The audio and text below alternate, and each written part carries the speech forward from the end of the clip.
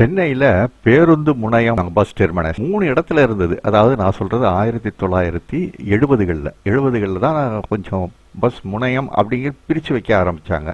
3 இடத்துல இருந்தது.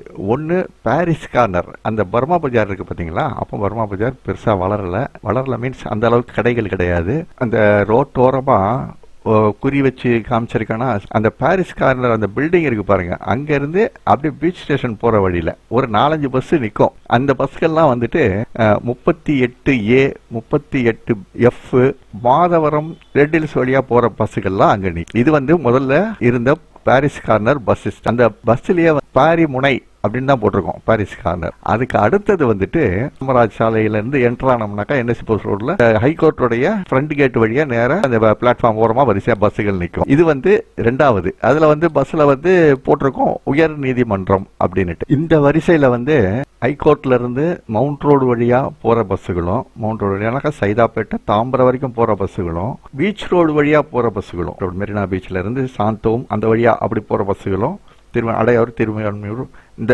ரூட் பஸ்ஸுகளும் இந்த வரிசையில நிற்கும். இன்னொரு பஸ் டெர்மினஸ் எங்க இருந்ததுனாக்கா, அதே உயர்நீதிமன்றத்தினுடைய பேக் சைடு பின்னால அந்த மின்சார ரயில்லாம் அந்த பக்கம் போகுது பார்த்தீங்களா? அதாவது இங்க இருந்து பீச் ஸ்டேஷன்ல இருந்து கிளம்பி வர மின்சார ரயில் அப்படியே திரும்பி போவோம் கோட்டை ஸ்டேஷன் பக்கமா. அதாவது ஹைகோர்ட்டுடைய சவுத் கேட் பக்கம் அப்படின்னு சொல்லலாம்.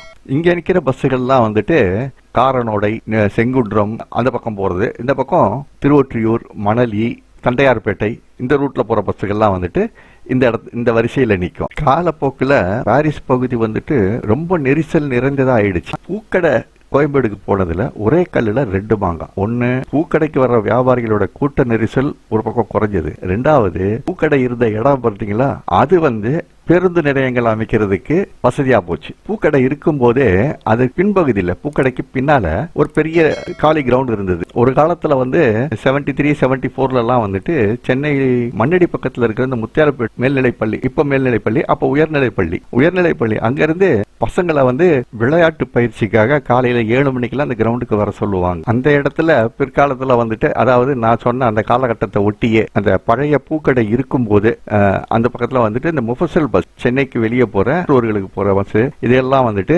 முஃபசல் பஸ் மொத்தமும் அங்கதான் அதுக்கு டெர்மினல் கொடுத்திருந்தாங்க. கோயம்பேடு பேருந்து முனையம் கட்டினதும் இந்த முஃபசல் பஸ் மொத்தமும் கோயம்பேடுக்கு போயிடுச்சு. அப்படி போனதுனால பேக்ல இருந்த அந்த இடமும் ஃப்ரண்ட்ல பூக்கடை இருந்த அந்த இடமும் மொத்தமா சேர்த்து, ஆனா பூக்கடையும் கோயம்பேடுக்கு போயிடுச்சு இல்லையா, அந்த மொத்தமா சேர்த்து பார்த்தா பிராட்வே பஸ் ஸ்டாண்ட். அந்த இடத்துக்கு இன்னமும் பேரு பூக்கடை தான். அங்க இருக்கிற போலீஸ் ஸ்டேஷனுக்கு பேரு பூக்கடை காவல் நிலையம். அப்படிதான் இருக்கு.